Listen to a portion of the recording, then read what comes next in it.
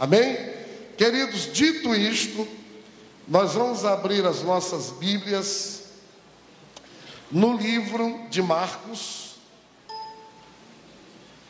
Aleluia, glória a Jesus. Marcos, capítulo de número 4, do versículo 3 ao versículo 20. É uma parábola muito conhecida. E o tema da nossa mensagem hoje é o cristão frutífero. O cristão frutífero. Diga assim para o seu vizinho querido: você nasceu para dar muito fruto.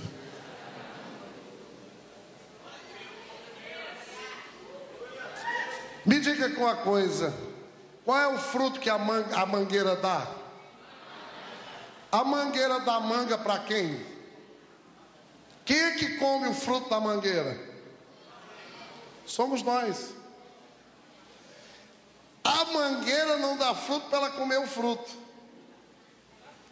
Então, nós não damos fruto para nós mesmos. Nós damos frutos para os outros.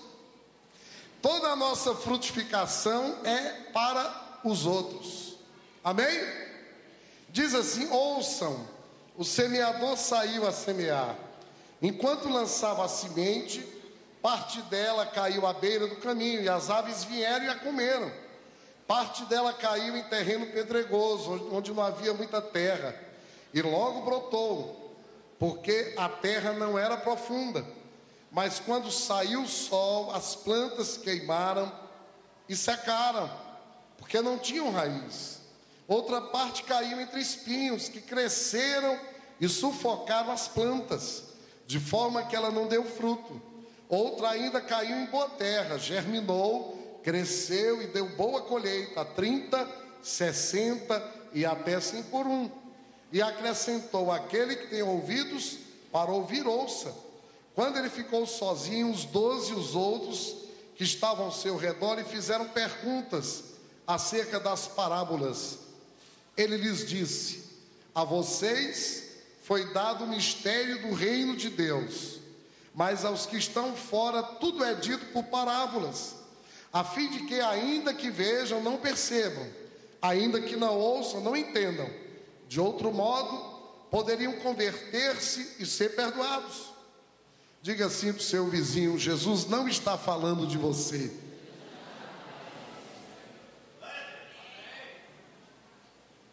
Jesus não está falando de mim e de vocês, porque nós temos olhos, ouvidos, inteligência, nós temos sensibilidade espiritual para ouvir e para entender aquilo que Jesus está falando. Diga assim para o seu vizinho: você é um privilegiado. 13, então Jesus lhes perguntou: vocês não entendem esta parábola? Aleluia. Como então compreenderão todas as outras? Ele começa a dizer: o semeador semeia a palavra. Algumas pessoas são como a semente à beira do caminho, onde a palavra é semeada. Logo que ouvem, Satanás vem e retira a palavra nela semeada. Outras, como a semente lançada em terreno pedregoso, ouvem a palavra e logo a recebem com alegria. Todavia, visto que não tem raiz em si mesmas, permanece por pouco tempo. Quando surge alguma tribulação ou perseguição por causa da palavra, logo abandonam.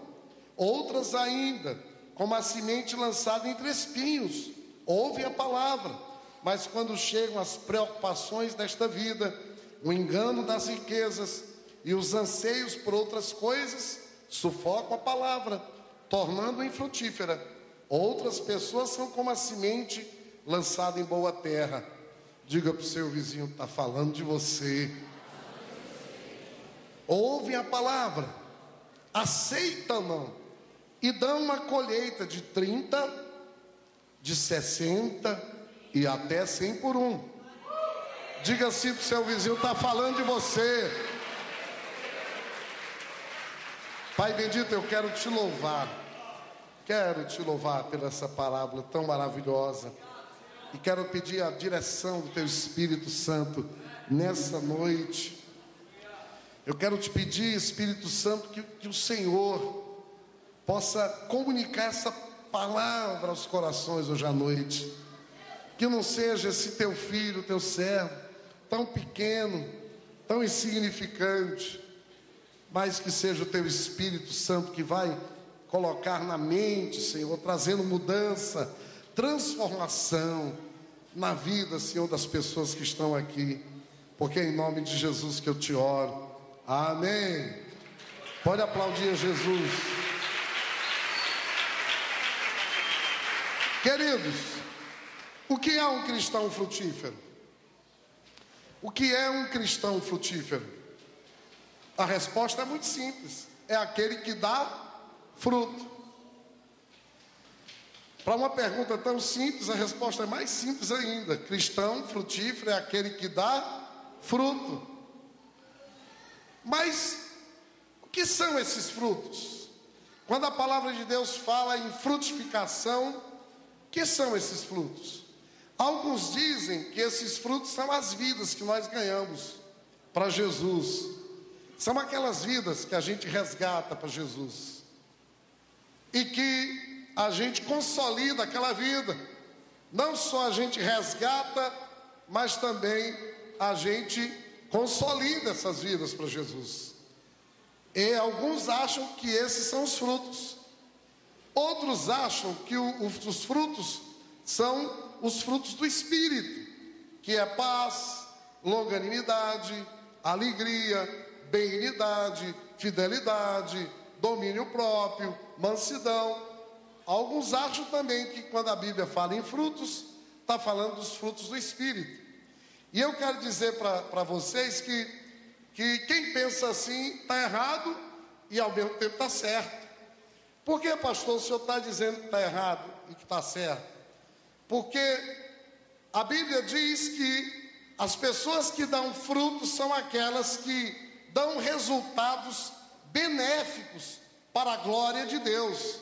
São pessoas que estão ganhando vidas para Jesus, é verdade, que estão consolidando essas vidas, que estão cheias do fruto do Espírito, mas que tudo que faz na vida é para que Deus seja glorificado. Quantos estão entendendo? Fruto na Bíblia é tudo aquilo que a gente faz e em fazendo, Deus recebe a glória, Deus recebe a honra, Deus recebe o louvor. São aquelas atitudes que nós temos, que o mundo olha e glorifica a Deus pelas nossas atitudes. Por exemplo, um bom marido que ama a sua esposa, que é um excelente pai, uma referência, um modelo, isso é um fruto. O mundo olha para ele e glorifica a Deus pelo pai, pelo marido que ele é. Aleluia! Portanto, uma vida cristã de frutificação, irmãos, é toda aquela vida que com a vida honra e glorifica a Deus aqui na terra. Aleluia!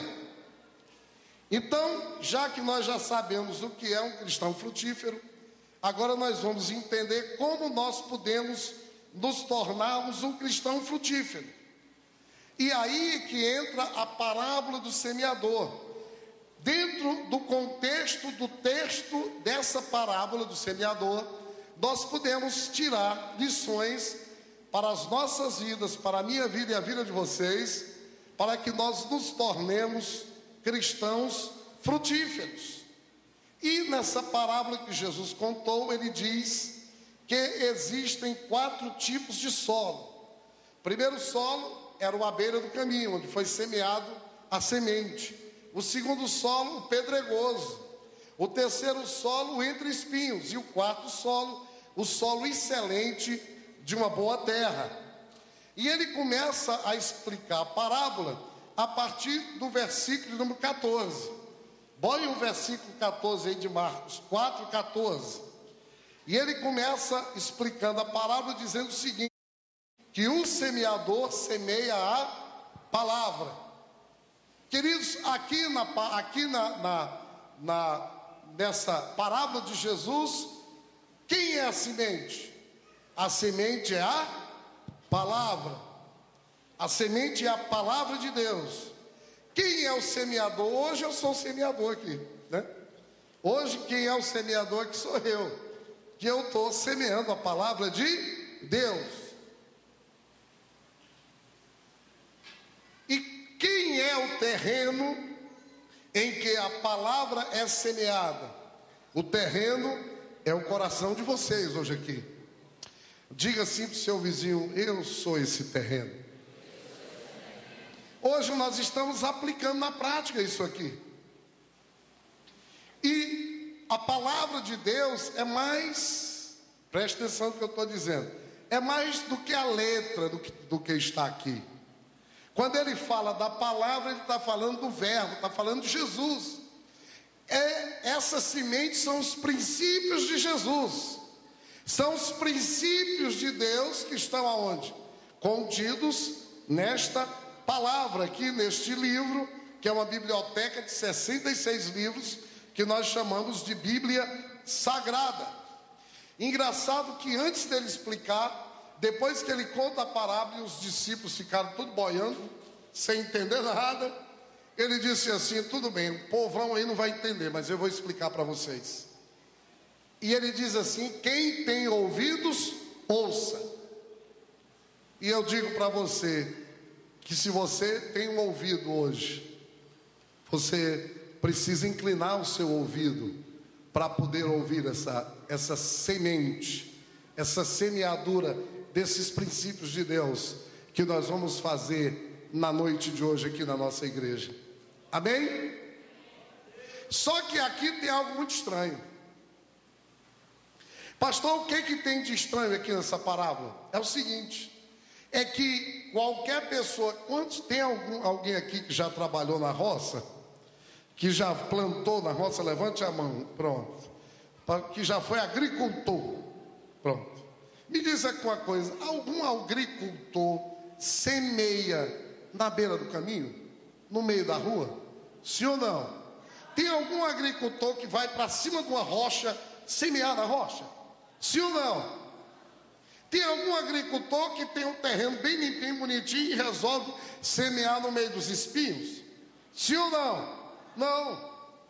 Pastor, e por que aqui Jesus diz que nós temos que semear na beira do caminho, que nós temos que semear no meio das rochas e que nós temos que semear entre os espinhos?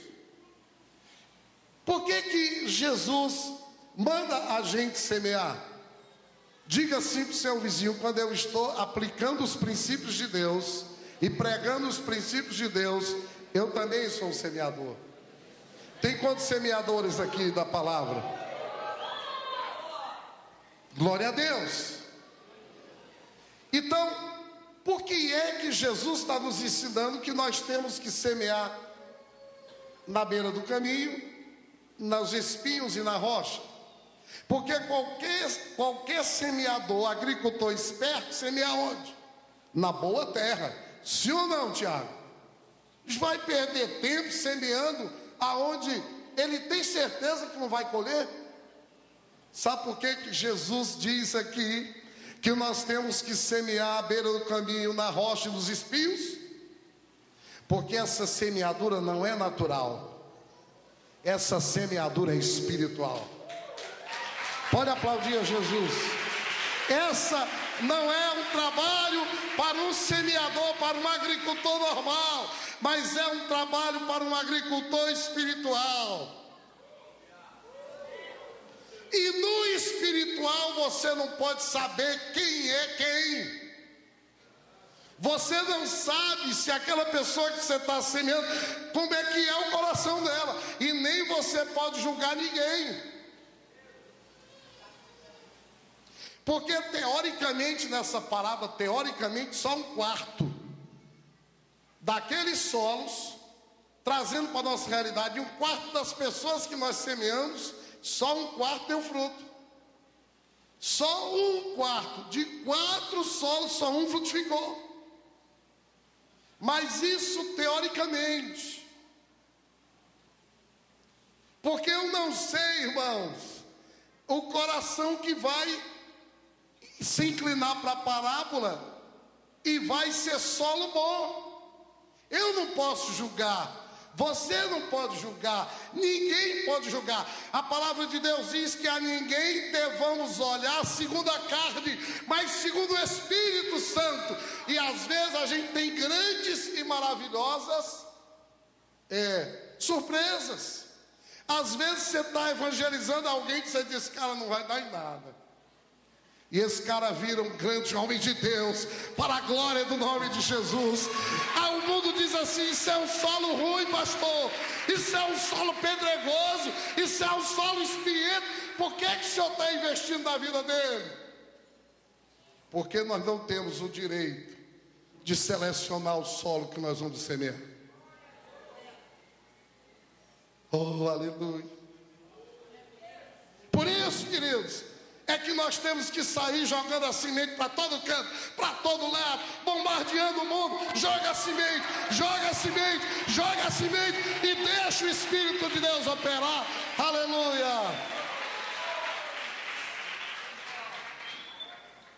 Nós não podemos julgar quem será frutífero ou não. É a primeira decisão que um bom semeador toma. A segunda, que é a principal, é que existem decisões que nós devemos tomar para que nós sejamos frutíferos ou não. Porque em um determinado momento eu sou solo, em determinado momento eu sou semeador. Quando eu estou recebendo eu sou solo, quando eu estou dando eu sou semeador. Então, queridos, nessa parábola ele está falando de 4 tipos de coração. E eu quero dizer em nome de Jesus, sabe quem é que pode determinar qual o tipo do seu solo? É você. Você é que vai decidir qual tipo de solo você é, para receber a semente da palavra e dos princípios de Deus. Aleluia. Por isso é que teoricamente só 1/4. Teoricamente, mas na prática não, Edinho.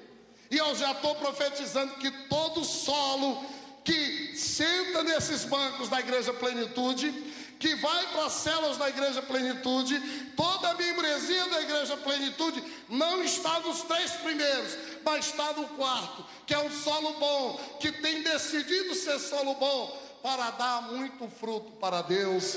Aleluia! Oh, glória a Deus!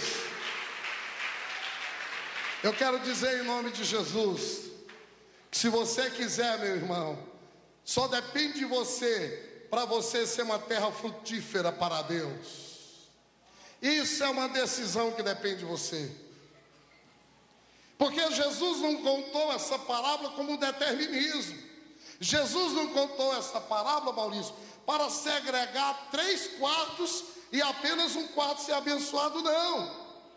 Ele contou para que eu e você, nós possamos fazer decisões necessárias para nós consertarmos as áreas das nossas vidas que devem ser consertadas, para que nós sejamos todos nós frutíferos para Jesus. Aleluia!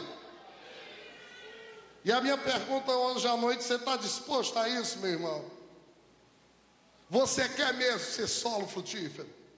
Você quer dar fruto a 30, a 60, a 100, a 200, a 500 ou a 1000?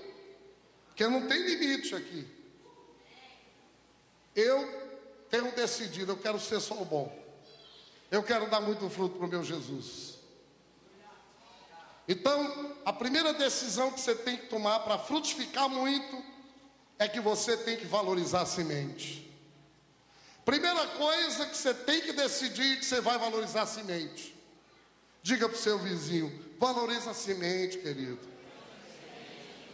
Qual é essa semente? A semente são os princípios de Deus. Tem gente aqui na Igreja Plenitude não, mas tem gente por aí, onde eu já preguei, que a gente está pregando a palavra e a pessoa não está nem aí, não presta atenção. um xixizal doido. Parece que tem bexiga neurogênica. Problema neurológico na bexiga, que não consegue ficar uma horinha sem fazer um xixizinho. Nem eu, já estou com 48 e a próstata velha já está crescendo. Eu já estou acordando de madrugada para fazer xixi, ainda tem gotejamento terminal. E estou criando coragem para ir fazer aquele exame. Confesso que tenho que ir, irmãos.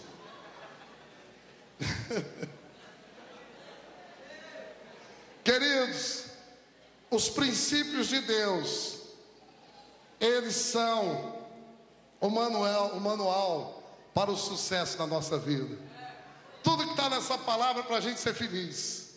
O princípio do sucesso está aqui.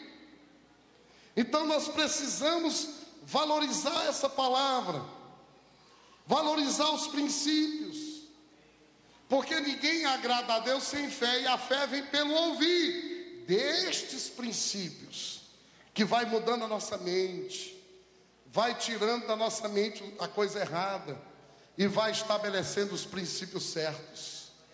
É observando essa palavra, lendo essa palavra, estudando essa palavra, meditando essa palavra, prestando atenção na pregação, aleluia.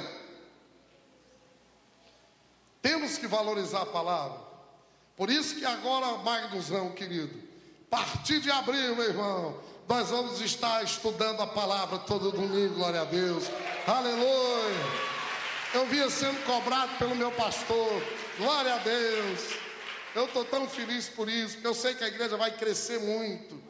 Romanos 1,16 diz assim: não me envergonho do evangelho, porque é o poder de Deus para a salvação de todo aquele que crê, primeiro do judeu, depois do grego.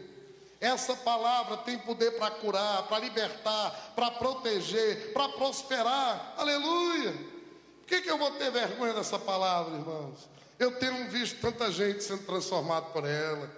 Às vezes eu estou aqui na igreja, termino o culto, e um irmão chega para mim e me dá o maior presente que alguém pode me dar. Ele diz assim: pastor, poxa vida, depois que eu cheguei aqui na igreja, a minha vida foi transformada. Sabe, pastor, um dia aí o senhor disse uma palavra que mudou a minha vida. Eu digo: meu Deus do céu, como Deus é bom e maravilhoso. Por que eu vou ter vergonha dessa palavra, irmãos? O evangelho é o poder de Deus. Salmo 19, 8 a 10 diz assim: os preceitos do Senhor são justos e dão alegria ao coração. Os mandamentos do Senhor são límpidos e trazem luz aos olhos. O temor do Senhor é puro e dura para sempre. As ordenanças do Senhor são verdadeiras, são todas elas justas. São mais desejáveis do que o ouro, do que muito ouro puro. São mais doces do que o mel, do que as gotas do favo.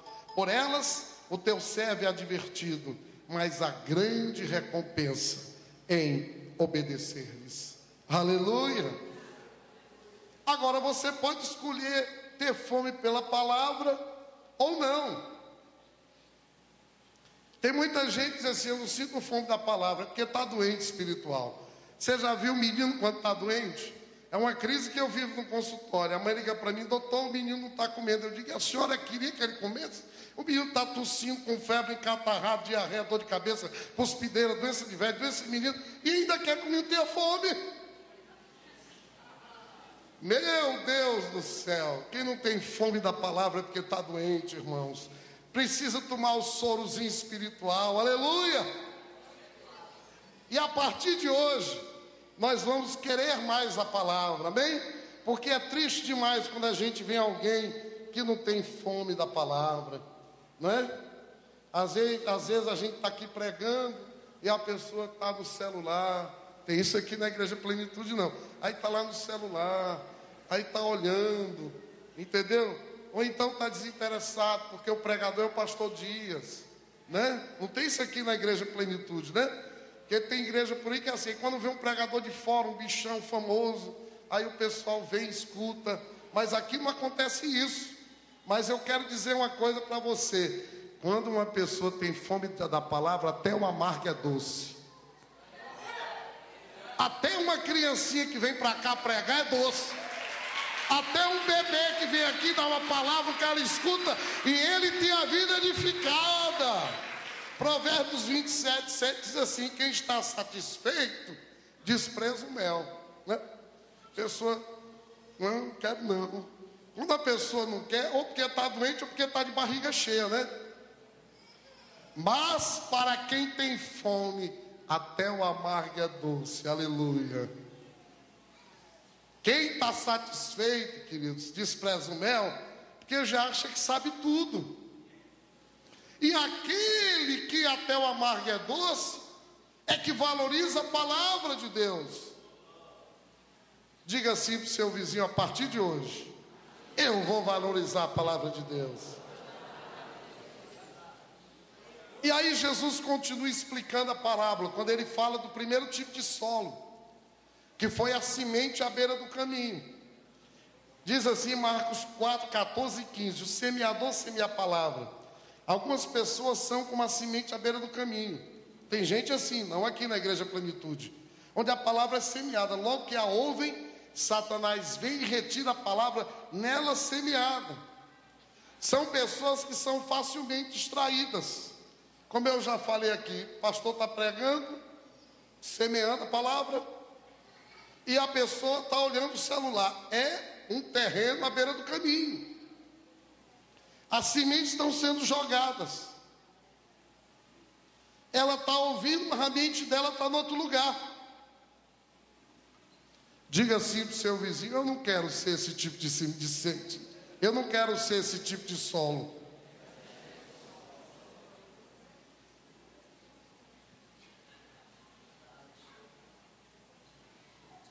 Nós temos que dar valor à palavra, irmãos.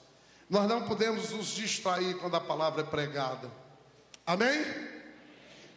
Segundo tipo de solo é o pedregoso, a semente que caiu no terreno pedregoso. Marcos 4, 16, 17 diz assim: outras, como a semente lançada em terreno pedregoso, ouve a palavra e logo a recebem com alegria. Todavia, visto que não tem raiz em si mesmas, permanece por pouco tempo. Quando surge alguma tribulação ou perseguição, por causa da palavra, logo a abandonam. Que tipo de solo é esse? São pessoas que não têm raiz em si mesmo. Querido, você precisa fazer uma decisão bem forte no seu coração, na presença de Deus. Você tem que decidir fortemente querer Deus, querer as coisas de Deus, querer o que Deus quer, aleluia. São pessoas que prometem e não conseguem cumprir o que promete. Ah, eu vou jejuar 40 dias, no segundo dia já desiste. Ah, esse ano eu vou ler a Bíblia todinha. Aí começa lá em Gênesis, começa achando chato esse negócio aqui. Aí quando chega no livro de números, aí desiste. Números demais, meu Deus, é genealogia demais. São pessoas que assim, esse ano eu vou liderar uma célula. Começa a liderar, aí com todo o gás. Aí daqui a pouco o fogo vai apagando, apagando, apagando, apagando. É uma pessoa superficial, cheia de pedras, que não tem raiz em si mesmo. E aí eu pergunto para você: como a gente pode ter raiz em si mesmo, queridos? Em primeiro lugar, nunca faça as suas decisões baseadas na opinião de outras pessoas. Faça as suas decisões baseadas na palavra de Deus.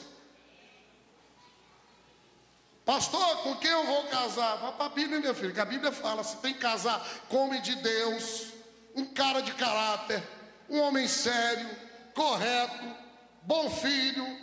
É o que a Bíblia diz.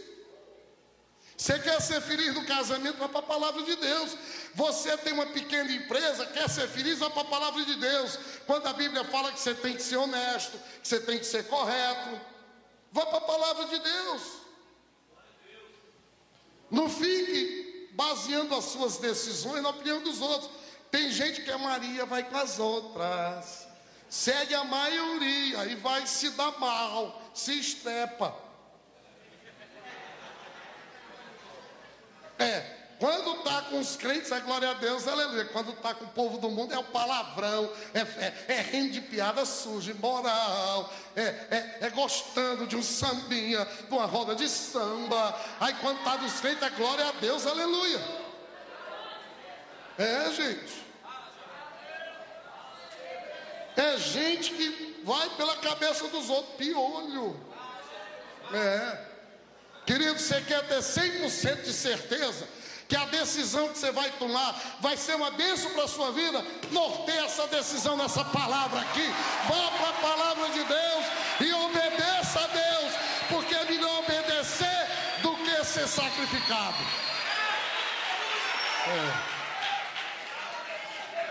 Eu já dei muito conselho a gente que não seguiu, se estreparam. Porque os meus conselhos é dentro da palavra de Deus. E depois vão ter que assumir as consequências da decisão errada que faz. Deus é tão bom que Deus é misericordioso. Você pode voltar quantas vezes você quiser e refazer a decisão. E Deus vai ser contigo, vai te abençoar e vai resolver a tua situação. Segundo, você quer ter raiz em si mesmo, faça suas decisões baseadas na palavra e não nos sentimentos e emoções. Tem gente que diz assim: ah, pastor, eu senti de casar com o João. Eu digo: senti, é verdade, né? Ah, pastor, a igreja só é cheia de unção quando eu sinto um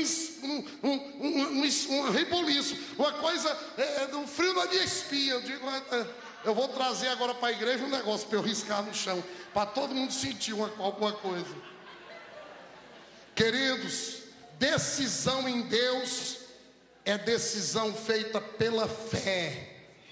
Não precisa de sentimento. A Bíblia diz que o coração do homem, os sentimentos do homem são enganosos. Você tem que obedecer. Não precisa sentir um arrepio para obedecer a palavra. É apenas conhecer e obedecer. E estamos conversando. Ah, eu não senti. Irmão, se eu ficasse esperando sentir abrir uma igreja, sentir e vir aqui para o Eusébio, eu nunca tinha vindo para cá. Eu não ia sentir. Isso aqui não foi um sentimento. Ah, mas sou um santo. Pastor teve um sentimento. Não, eu não tive um sentimento, não. Eu tive uma convicção na palavra de Deus, que era para a gente estar aqui, que era para eu ter plantado essa igreja. Foi uma convicção em Deus. Aleluia. Por isso é que haja o que houver, eu vou estar aqui, irmãos. Sabe que essa igreja nunca vai fechar, porque se sobrar um, serei eu que vou ficar aqui. Nunca vai, porque não foi um sentimento. Pelo contrário, o sentimento era contrário. Meu sentimento era para ficar na minha rede lá em casa, dormindo. Deus falou comigo de Jesus, deixou eu dormir na minha rede. Eu vim foi para dormir. E ele disse: acorda, meu filho, que eu tenho grande coisa para você fazer ainda. Eu não desisti de você, não. Terceiro lugar, você quer ter raiz em si mesmo? Você não pode aceitar decisão dobre, ânimo dobre, decisão dúbia. Você foi chamado para viver só para Jesus. Você não foi chamado para viver mais, para obedecer à carne. Ou você decide por Deus ou pelo capeta. Ou você decide obedecer a palavra ou obedecer o diabo.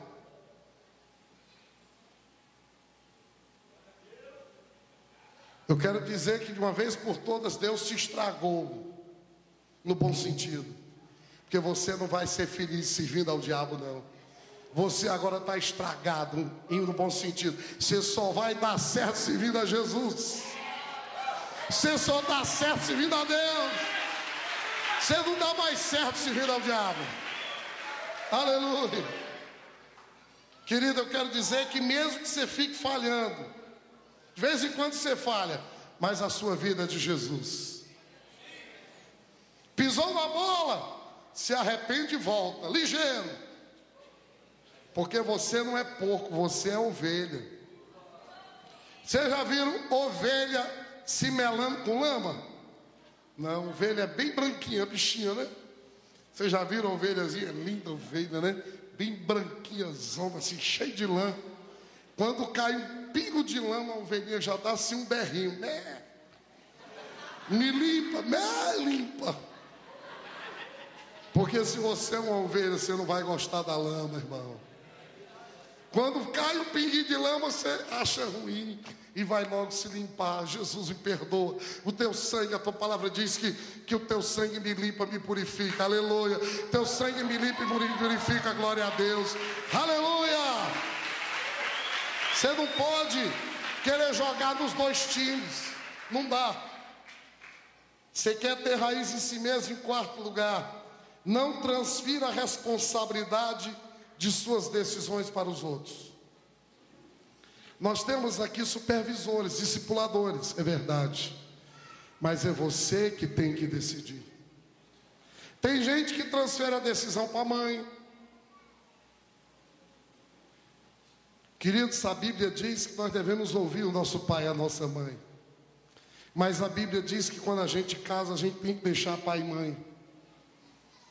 Tem gente que casa, mas não sai da casa da mãe. Aí fica recebendo tanta influência e atrapalhando o casamento. Porque quem casa quer casa. Não seja um crente, tirou daqui. O cara não tem opinião para nada, está sempre querendo ouvir a dos outros. Aí quando a pessoa diz, ele tirou daqui, era isso mesmo que eu ia decidir. Aprenda a tomar as suas decisões. Você precisa acabar com a passividade que você tem. Você é passivo demais. Você está esperando sempre que o outro decida por você. Então são essas 4 causas. 4 situações que você tem que melhorar para que você tenha raiz em si mesmo. Terceiro tipo de solo é aquele solo cheio de espinhos. Marcos 4, 18 e 19 diz assim: outras ainda com a semente lançada entre espinhos ouvem a palavra. Mas quando chegam as preocupações desta vida, o engano das riquezas e os anseios por outras coisas, sufocam a palavra, tornando-a infrutífera.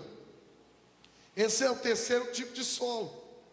Essa pessoa já aprendeu a fazer decisões de qualidade, e vai arrependendo, e vai confessando. Ela tem raiz em si mesma, mas ela tem um problema, 2 problemas. 2 tipos de espinhos aqui que Jesus fala. Primeiro é o engano das riquezas e o anseio por outras coisas sufocam a palavra. Tem gente que o problema é o engano pelo anseio das coisas materiais. Isso é uma coisa muito sutil para qualquer cristão. Muitos cristãos não são solos que frutificam, porque ele tem problemas nessa área das coisas materiais. E aí não é só os cristãos de bom nível econômico, não. Tem cristão que não tem bom nível econômico, mas que está ainda deixando que os bens materiais sejam espinhos para que a sua vida espiritual não frutifique. Porque, irmãos, eu digo o seguinte para vocês: é pecado você priorizar as coisas materiais acima das espirituais. Tem gente que está nas igrejas evangélicas querendo mais um carro novo, uma casa nova, do que querendo Deus. Tem gente que está dentro da igreja evangélica, e até existem igrejas ditas evangélicas, que pregam mais o indivíduo chegar lá e ganhar um carro novo, uma casa nova, do que ter a sua vida transformada, de ser uma pessoa que ama a Deus e que quer Deus. Nós temos que colocar as coisas de Deus em primeiro lugar das coisas materiais. Eu quero dizer uma coisa, minha esposa está aqui de prova, irmãos. Eu hoje, depois que eu fui consagrado pastor há mais de 5 anos, materialmente falando, irmãos, se eu não fosse pastor, preste atenção que isso não é uma incongruência, escute bem o que eu vou dizer. Eu ganharia, Rafinha, mais dinheiro hoje se eu não fosse pastor. Porque quantas vezes eu deixei de trabalhar para exercer o ministério? Quantas salas de parto eu deixei de fazer? Quantos médicos obstetras me largaram por causa disso? Quantas vezes eu deixei? Hoje, dia de terça-feira à tarde, quinta-feira, eu não faço consultório. Dia de terça-feira eu vim para a igreja para discipular os meus discípulos, para reunir com eles antes do Tadel. E dia de quinta-feira eu vou ser discipulado. E eu sei quanto eu ganho por cada período que eu fico dentro do meu consultório. Mas em primeiro lugar na minha vida está as coisas de Deus e as coisas do reino de Deus.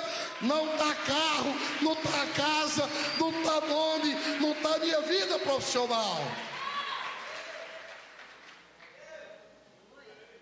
Eu ando hoje num carro que tem 7 anos. Irmãos, eu nunca antes andei num carro de 7 anos de uso. Eu sempre tive carro do ano. E o último carro do ano que eu tinha, eu semeei nessa construção. Porque eu não quero um carro novo, irmã Lourdes, mas eu quero um coração novo para Deus. Eu quero uma família abençoada. Eu quero uma igreja abençoada. Eu quero discípulos abençoados para a honra e glória de Jesus. 1 Timóteo 6, 9 e 10 diz assim: os que querem ficar ricos caem em tentação, irmãos, em armadilhas e muitos desejos descontrolados e nocivos, que levam os homens a mergulharem na ruína e na destruição, pois o amor ao dinheiro é a raiz de todos os males. Algumas pessoas, por cobiçarem o dinheiro, desviaram-se da fé e se atormentaram com muitos sofrimentos. Queridos, não é pecado você ter as coisas. O pecado são as coisas terem vocês. Não é pecado a gente ter as coisas.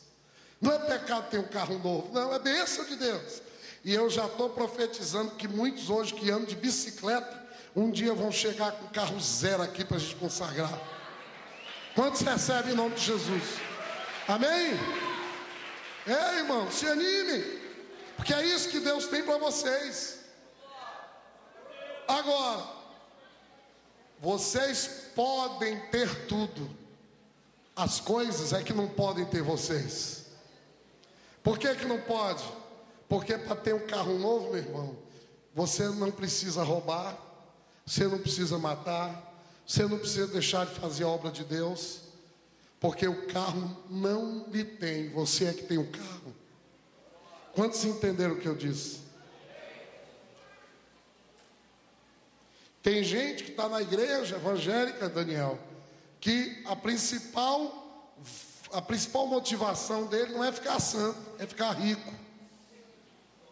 Tem gente que vai para a igreja não é para ficar santo, para ficar rico.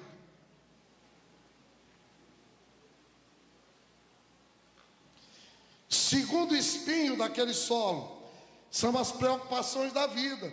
Marcos 4,19. Mas quando chegam as preocupações desta vida, o engano das riquezas e os anseios por outras coisas sufocam a palavra, tornando-a infrutífera. E aqui, queridos, é que está uma das principais armas da ação bloqueadora do inimigo na vida das pessoas. É a preocupação da vida. Ah, pastor, o que eu vou comer essa semana? Como é que eu vou pagar minhas contas? E eu sei que essa é uma das áreas mais cruciais na vida de muita gente aqui da igreja. Ah, pastor, como eu vou pagar o cartão de crédito? Como é que eu vou pagar minha luz esse mês? Como é que eu vou pagar a escola dos meus filhos? Porque o espinheiro principal que tem sufocado espiritualmente a vida de muito crente é esse. São as preocupações da vida. E essas preocupações têm sido obstáculo para que os crentes frutifiquem. Irmãos, vocês sabiam que é pecado se preocupar? Diga assim para o vizinho: o pastor está dizendo que é pecado se preocupar.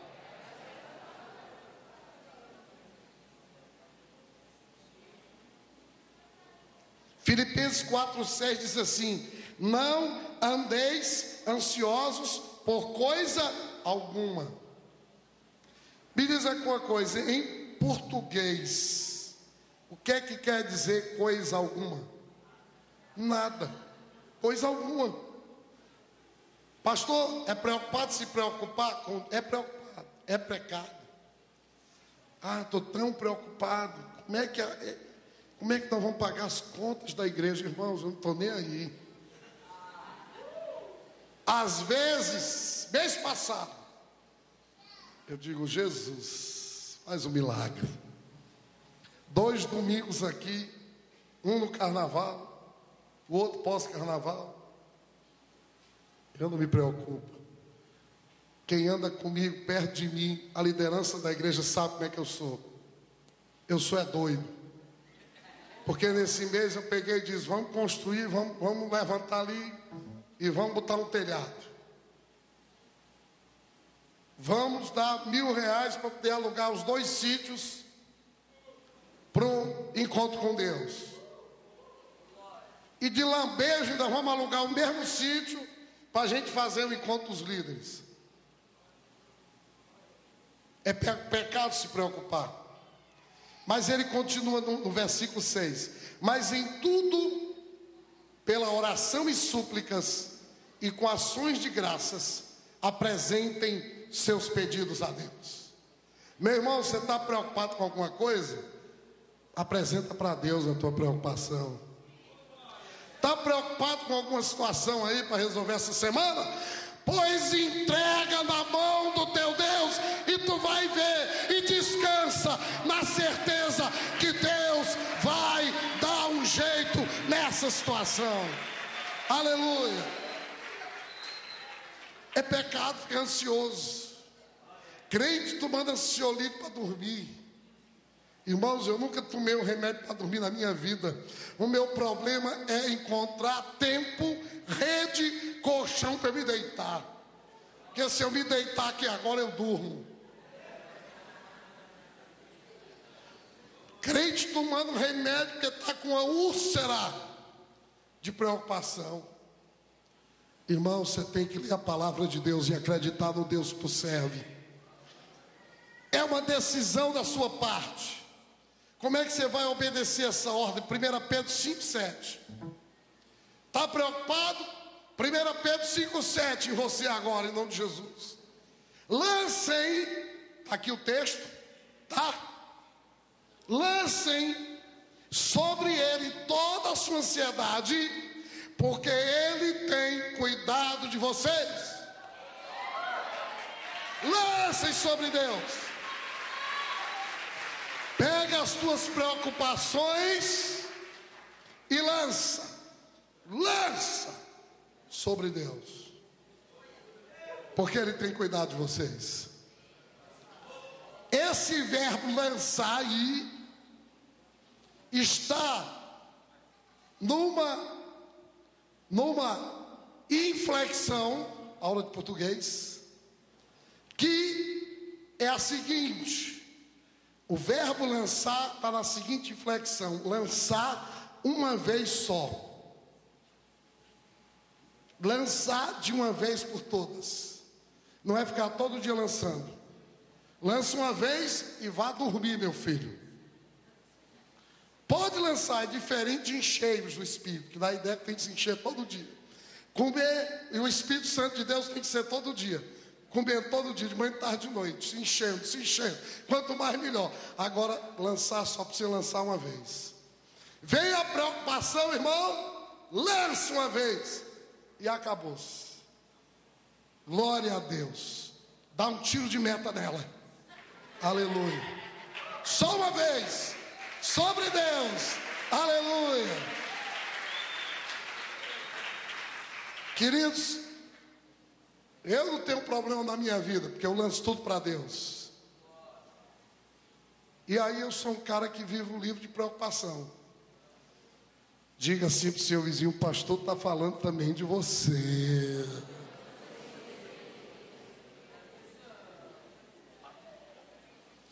Tem uma historinha de um cara que estava com uma mochila, viu, cara com uma mochila pesada,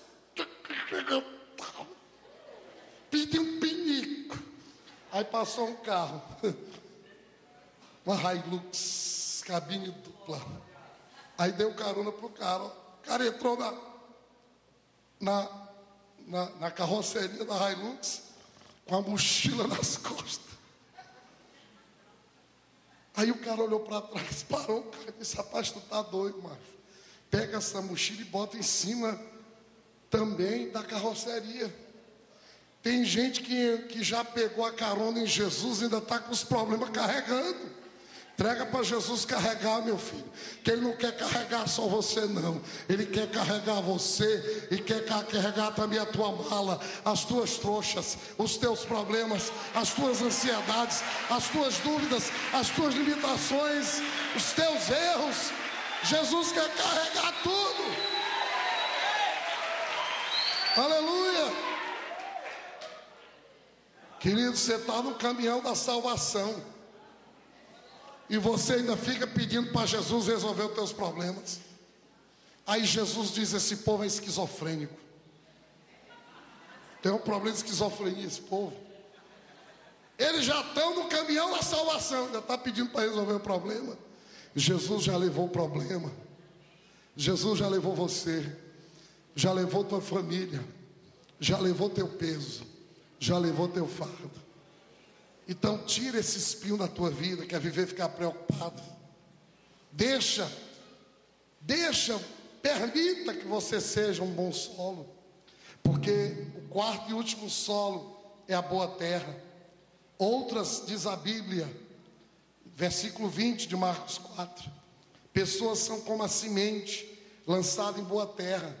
Elas ouvem a palavra, aceitam e dão uma colheita de 30, 60 e até por 100. E hoje eu estou declarando sobre a sua vida, querido, que por causa das decisões que você vai fazer a partir de hoje, ou por causa das decisões que você já vem fazendo, eu declaro que você é boa terra. Amém? Que você é boa terra, que você vai dar fruto a 30, a 60 e a 100. Isso fala de crescimento.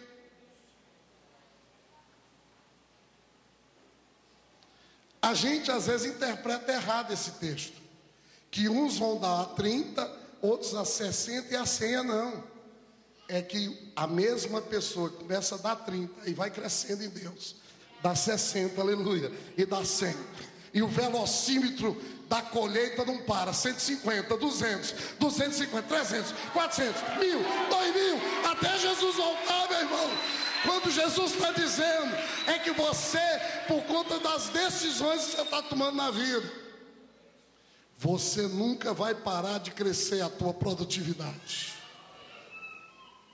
Vão ter que chamar os experts do mundo business, de negócios, para entender esse negócio que está havendo na tua vida. Em Lucas 8,15 diz assim: mas as que caírem em boa terra são os que, com coração bom e generoso, ouvem a palavra, arrependem e dão fruto com perseverança. Tem que perseverar, irmão. Você tem que perseverar. Pastor, ainda não estou dando nem fruto a um. Persevere, irmão.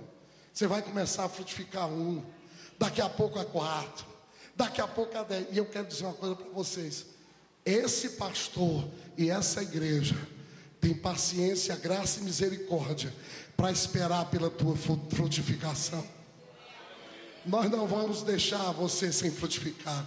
Nós não vamos ele me colocar, segregar. Não, aqui não presta, não. Nós vamos continuar aplicando fé, que você é bom solo, que você vai frutificar, que a frutificação vai começar. E quando você começar a dar fruto, nós vamos nos alegrar com você. Aleluia! Sabe por quê, irmãos? Porque nós somos em Deus mais que vencedores. E sabe por que mais?